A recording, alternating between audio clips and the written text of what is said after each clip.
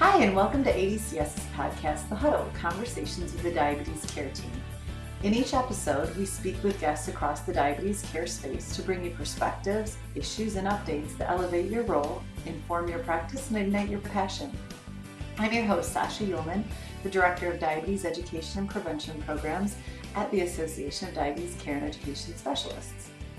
We're celebrating National Diabetes Education Week here at the Association, and this year we wanted to take the opportunity to promote the value of the ADCES7 self-care behaviors and how that framework supports your DSMES team, clients, and overall services. Today I'm delighted to be joined by 4 all-star diabetes care and education specialists from ADCES-Accredited programs across the country. Their names are Sandra Arabello, Anna Hall, Jamie Holmes, and Lydia Sartain, and they're here to share their unique experiences as leaders of accredited DSMES services in different areas and settings across the U.S. You'll hear how they integrate all ADCES7 behaviors into their services and get some recommendations for resources to help you do this. Let's start with Sandra. Would you like to introduce yourself and tell us a little bit about your DSMES services? Yes, hi, my name is Sandra Arevalo. I'm the Director of Community Health and Wellness at Montefiore Nyack Hospital. And in my department, we have an array of services for people with diabetes. We have diabetes one-on-one, we have nutrition for patients with diabetes, and we also have diabetes prevention program and diabetes self-management education. All right. Anna and Lydia, you work together. Tell us a little bit about your DSMES services and where you're located. So my name is Lydia Sartain. I'm from Heber Springs, Arkansas. I'm a registered dietitian and certified diabetes care and education specialist. I'm currently with ARCare as the Director of Diabetes and Nutrition. I'll go ahead and let Miss Anna introduce herself and we'll tell a bit about our program. Hi, my name is Anna Hall. I'm also a registered dietitian and certified diabetes care and education specialist. I am in Central Arkansas, so just outside of Little Rock. I'm working at the same group as Lydia does, and I've been with our care for a combined total of just over 4 years, and I'm the clinical director of coordinated care. Thank you. And then let's talk a little bit with Jamie. Jamie, tell us a little bit about yourself and your DSMES services. Hello, my name is Jamie Holmes. I'm a pharmacist and the clinical coordinator of DSME services at Rock Creek Pharmacy. We're a pharmacy located in Hueytown, Alabama, which is right outside of Birmingham. We offer DSMES classes that cover all 7 self-care behaviors. We also participate in a study as well with MedEmergent, the Personalized Medication Adherence and Persistence Program, which focuses on encouraging patients through the use of motivational interviewing. So we kind of put those 2 pieces together. And so we are actually able to take hemoglobin A1Cs, creatinine, and cholesterol here in the pharmacy. Nice. So it sounds like we've got a wide variety of different services across the country here. And so I want to spend a little bit of time talking about how you use the ADCES7 self-care behaviors in your practice. And let's go back to Sandra. How are you utilizing those 7 self-care behaviors in your DSMES services? Yes, so it's interesting because even though they are all different, they are all together, right? And it's important when we talk to patients to touch a little bit on all of that because when you have diabetes, it's hard to manage diabetes from just one front. So with the 7 self-care behaviors, we're making sure that everything is working around your diabetes and for your diabetes to manage it better. So in the classes that we have for self-management, we touch on all the different 7 as different topics, and we speak as to what influx they have on their diabetes. For example, if it's healthy eating, what foods are good to eat, what foods are not so good to eat. If it's exercise, what changes you can expect in your blood sugars when you're exercising, why is monitoring important, how to problem solve, for example, if you're going to go on vacation or if there are the holidays, how you need to take your medication. So we touch on all these in the different classes that we have. Now, when we are doing one-on-one with patients, what we usually do is that we address different issues with the patients, but we want to meet the patients where they are at. So let's say we have a patient that is already eating healthy and eating very well and managing the diabetes with their diet, but is not doing so well with exercise. Then we touch a little bit about exercise and why it's important and check if they are monitoring. So really, it really goes to where the patient needs help the most. And we try to provide education, so that there is some behavior change around all seven, but specifically, on one-on-ones where they need the most help. That sounds great. And Anna and Lydia, tell me a little bit more about how you're using the self-care behaviors throughout your DSMES services. Well, at our care, we're a federally qualified health care center, and we were founded in 1986 in Augusta, and we've grown significantly since then, including diabetes self-management education, which that mostly belongs to our coordinated care team. With that being said, each team member has a region that they are able to conduct one-on-one diabetes education sessions with the participants, and our team includes registered dietitians and registered nurses, so we are able to provide diabetes self management education, medical nutrition therapy, intensive behavioral therapy, and continuous glucose monitor placement, which helps us to connect all the dots by those services. Our team focuses on the 7 self care behaviors to guide our time with the participant. We use it as a framework to provide a model for our assessment moving into intervention, and we make sure to utilize it even with the evaluation of the progress because we do bring our patients back for multiple visits. At our first visit, the one thing I would make sure and say, we try to identify what is the greatest need when it comes to our participants and what they would like to learn and walk away with from their session with us. So we may identify a behavior where we need to spend more time in the education session one-on-one to help improve, but they naturally move together as well. And our education materials that we provide with them are completely built around the 7 behaviors. So some of our less seasoned educators will pull open a guidebook and show the participant the 7 behaviors to help walk them through. We call it our blue book. And we've really truly designed those off of the ADCES self care behaviors. I think Lydia explained that perfectly. The 7 self care behaviors really drive every aspect of our program and education. And as we've grown over the years and advanced our program to add things in, such as continuous glucose monitoring and integrating technology and new services that really complement the diabetes services that we provide, it's been neat to see how that also complements and fits hand in hand with the 7 self care behaviors.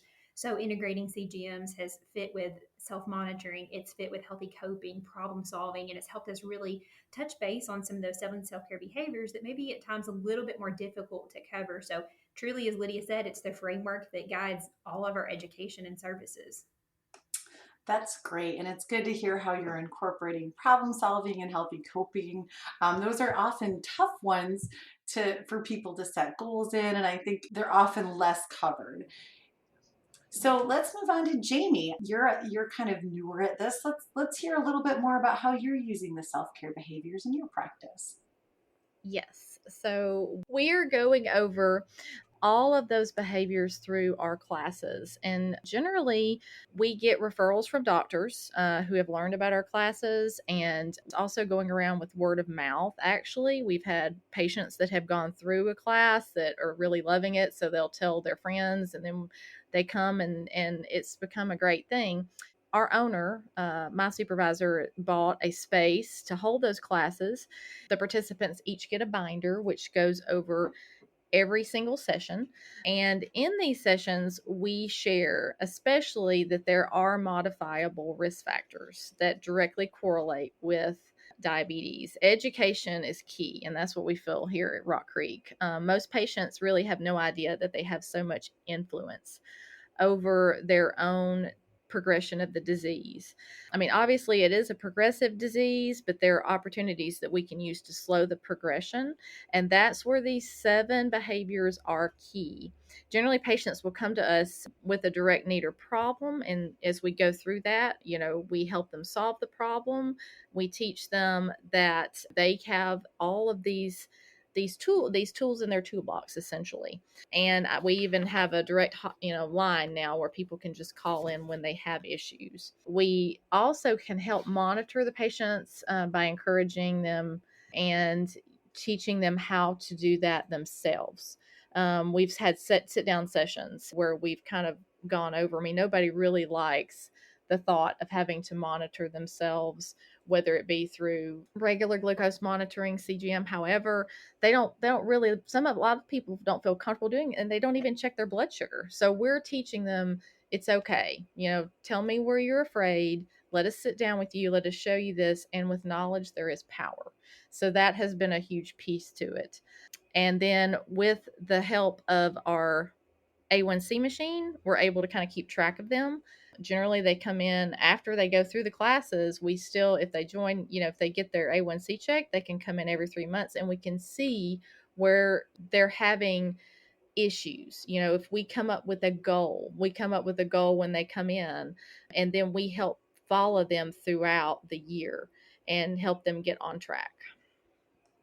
I love that. And I love the common theme I heard all across. It really sounds like everybody's 100% focused on where's that person right now? What do they need? And how can I help them, give them the education and the information they need to make the best choices for them? Because as we know, I mean, some people might be really focused on one area when it comes to the ADCES7. And it really is nice to hear all this, the different ways you guys are incorporating all these different behaviors and giving people the knowledge to make the choices that work best for them.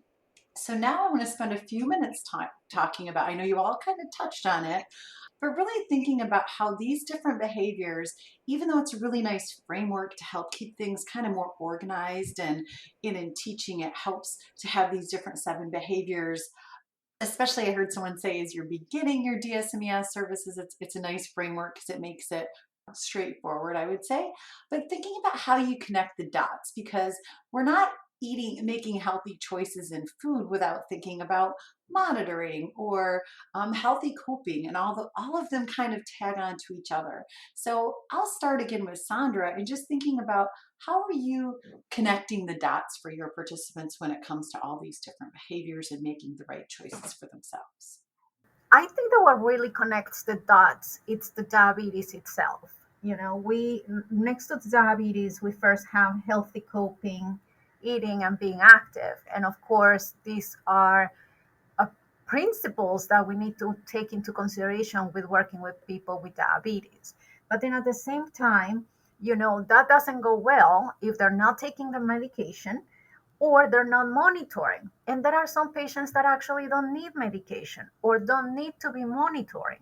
So we still go back to the eating and exercise and healthy coping and reducing risk and problem solving, even though it's on the third layer of the 7 behaviors, self-care behaviors. It's very important because people need to know where they are. They need to troubleshoot. They need to know how to deal with their diabetes day by day. So I think that, again, what connects the dots, it's the person itself in the middle, is the diabetes, is to see how you're doing. If you have diabetes, where you need a little bit more emphasis, where you need to do a little bit more work. As Jamie was saying, there might be people that are not monitoring. It could be because they don't need to monitor, or it could be because they don't like to monitor, or they don't want to monitor. Because remember, it's not easy to be managing diabetes, day after day, hour after hour. And, we can think of the 7 self-care behaviors as something easy, but it's not easy when you have to be thinking about all of them all day long, day after day. So that's why I find that it's mostly important to provide support to our participants where they are needing the support. I'm not going to talk about monitoring to somebody whose sugars are absolutely okay and their A1Cs are at 6.5 or a 7, because maybe they don't need to be doing that. So We just need enough dots and connect the dots to where there is really need to connect the dots. Yeah, I like that. And, like you said, diabetes distress, it's sort of that emotional sort of impact of having all these decisions to make all day long. And I read one statistic not too long ago, and I don't think it's super evidence based, but on average, people are making about 200 decisions a day about their diabetes. And so I think this is a really good framework to help people kind of think about how those decisions are being made and really help them make the best choices for themselves. You really highlighted that. So let's go on to Anna and Lydia. Just thinking about how you guys are using, the seven self care behaviors and really connecting the dots for your participants or your team. Well, for our team, the 7 self care behaviors, they really naturally connect as we're guiding the participant through the education process. Our team may start with one topic, and the education just seems to move and transition to the next behavior based on a discussion. And it usually comes up in our assessment time, being able to recognize. So a participant may come and say, I really want to talk about healthy eating, but as we move through the assessment questions that we have brought up, we notice, wow, well, we maybe need to focus on some healthy coping skills in addition to healthy eating because we're noticing some trends in the area, and then we can set some SMART goals and navigate that appropriately to help them properly manage their care and problem solve on their own. So for us, it naturally overlaps moving from one behavior to another as long as we have an assessment that is thorough. And then also just being able to provide some of those complement services, the medical nutrition therapy. We really love the team approach. It helps us to connect the dots if we have one educator that has identified a need of the patient in assessment, and then we can help with the continuous glucose monitors and other things such as that. I think that's perfect and explains it really well because it does all begin with what's most important to the patient and what they want to learn. So we encourage our team, at that initial assessment to present the patient all the self care topics and really let them guide the conversation. And as Lydia mentioned, it does flow, but we really focus on that patient direction and use the facilitation and education from our diabetes care and education specialist. And so I think that is what really helps us to connect the dots. Every program just looks different in how they structure and provide the services. And so us being in an FQHC, providing everything one on one, how we connect dots and move from one topic to another may look different than, say, a program that's structured in like a boot camp style where you cover certain topics in in an order that makes sense for that patient population. And I think that's one of the things that makes these programs and services so neat is that they're all so unique and different, and we can each tailor them to really the needs and the patient population. But I think as long as we keep the patient at the center and use them as the guide for the education, that the dots will naturally begin to flow together and connect. That's so important. And really thinking about how I think as a newer diabetes care and education specialist, it's a little bit intimidating to think, what if they ask me a question I don't know the answer to? But honestly, I think a lot of times, like both Anna and Lydia were pointing out, the conversations necessarily generally flow. And I really loved hearing you say, we ask the questions, we look through a comprehensive assessment and really focus on what they need to know and let it flow. And the questions kind of come organically. I know that was my experience as I started letting the participants drive a little bit more. I became a little bit less kind of teaching, a little bit more listening, asking questions, and filling in the blanks. It was so much easier for me too because I knew I was addressing their needs. So, Jamie, tell us a little bit about how you're doing this. Well, absolutely, because I am truly the new kid on the block here. And what you guys are saying is absolutely what I'm finding is true, that it is sitting down with our participants and meeting them where they are. They'll come to us, obviously, generally with a need. And we sit down with them and we begin talking. And over the course of that conversation, we begin to identify things which lead to other things. Generally, it always goes back to monitoring and as I said before, generally that fear of, sometimes it's just we don't want, or we as patients, I'm saying that, or as participants rather, if we don't look at it, it's not there. It's that kind of mentality. If I don't look at that reading, then I don't need to worry about it, because diabetes is a silent disease for the most part until things start to break in our body. So, if we teach them that they can absolutely sit down and do this and it's not scary, we need to know these things. We can go through each of these 7 behaviors with them and make them feel more comfortable with themselves and with their disease. Seeing them and watching them learn, that's been amazing for me in the last 3 months. I actually have a situation where I have a patient who came to me yesterday. She was so excited.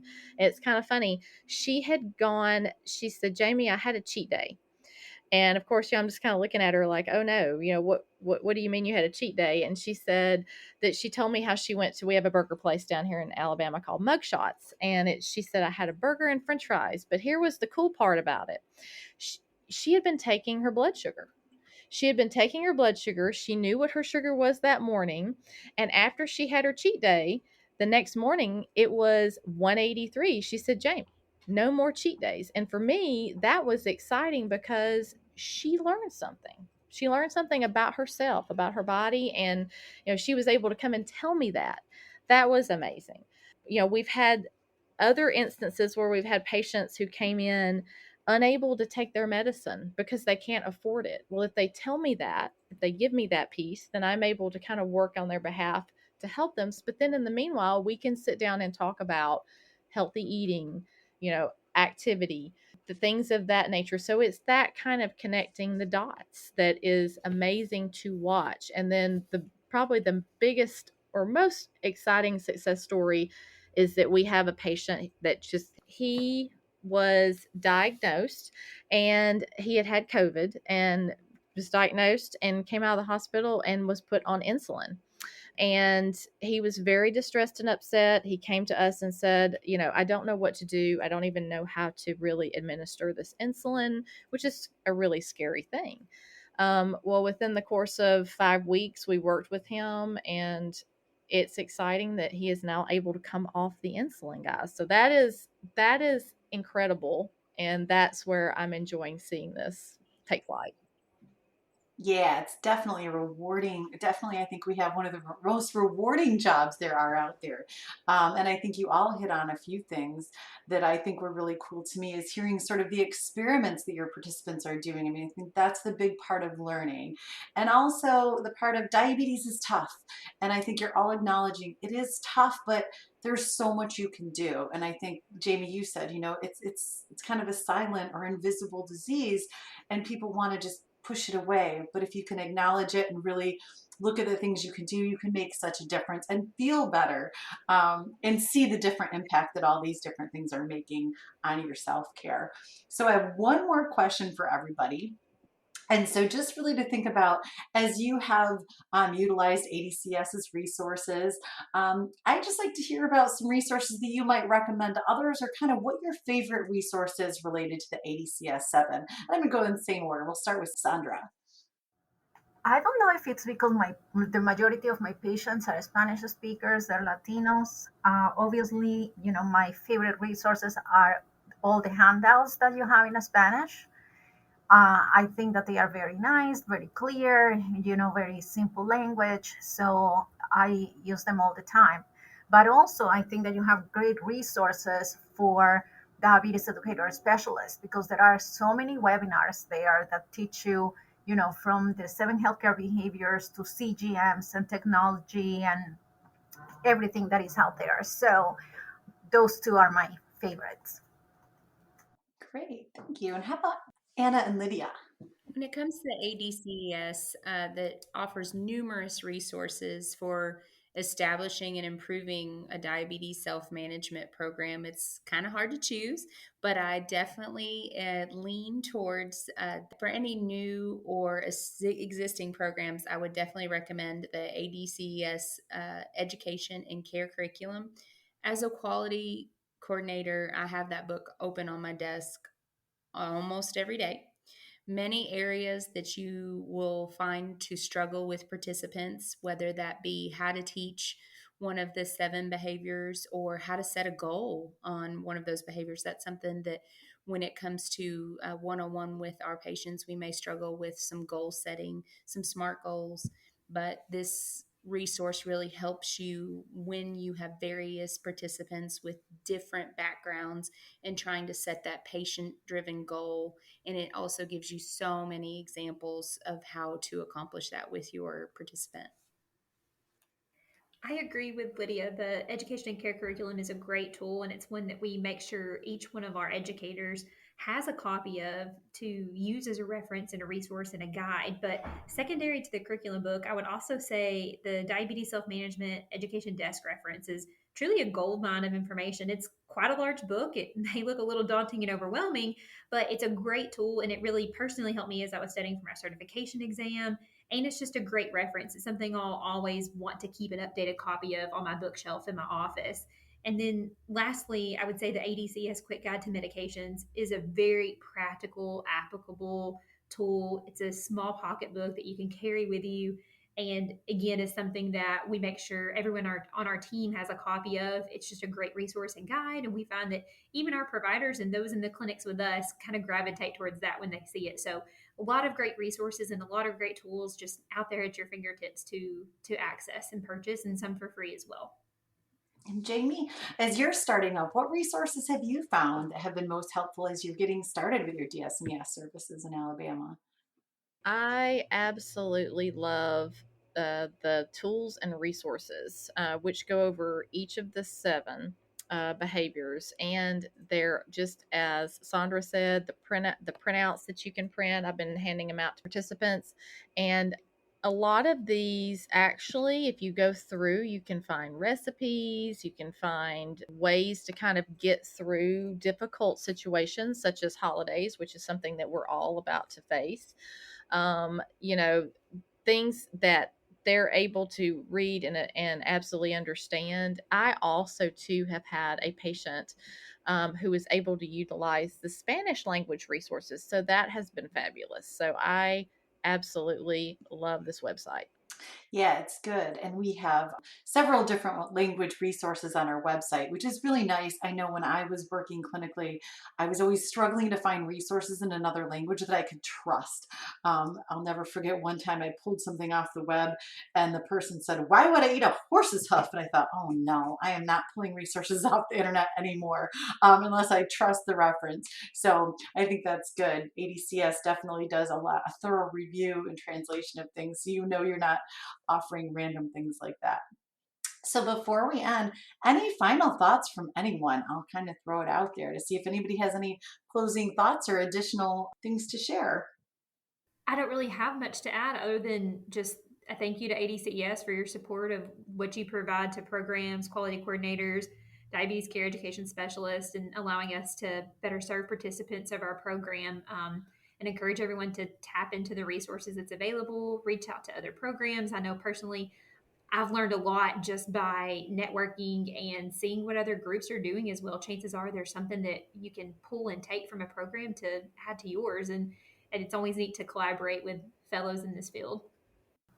Yeah, and I just would like to close with saying that these 7 self care behaviors are very important for the management of diabetes. And I know that this will be a complete different topic, but when used with cultural humility, they're really helpful. It helps us. They help us as educators, but they mostly help people with diabetes. So they are an excellent tool. Thank you for listening to this episode of The Huddle. We hope that Sandra, Anna, Lydia, and Jamie's expertise and best practices help you enhance and improve your services by leveraging the ADCES7 framework. Take advantage of the many ADCES resources and education available to help in this process. Head over to show notes available at diabeteseducator.org/podcast for a list of the resources mentioned here today. You can also access a consolidated list of ADCES7 resources at diabeteseducator.org/ADCES7, the number. The information in this podcast is for informational purposes only and may not be appropriate or applicable for your individual circumstances. This podcast does not provide medical or professional advice and is not a substitute for consultation with a healthcare professional. Please consult your healthcare professional for any medical questions.